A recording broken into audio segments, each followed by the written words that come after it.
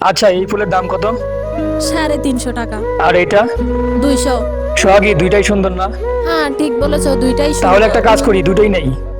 আচ্ছা, এখন এই দুইটার প্রাইস কত? 550। আরে বাহ, ভেরি ইমপ্রেসিভ। দেখলে, একটা ফুল অলির মেয়ে এত তাড়াতাড়ি হিসাব করে দিল।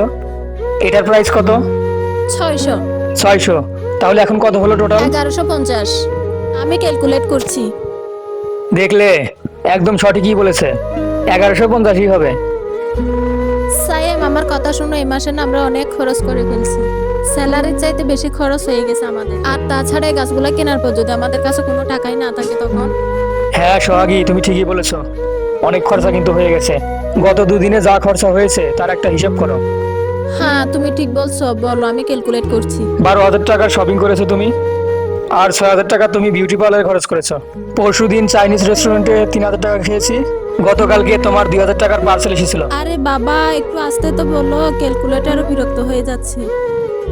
23,000 হয়েছে। একদম ঠিকই বলেছে। আচ্ছা ঠিক আছে, তাহলে তিনটা মিলে কত হলো?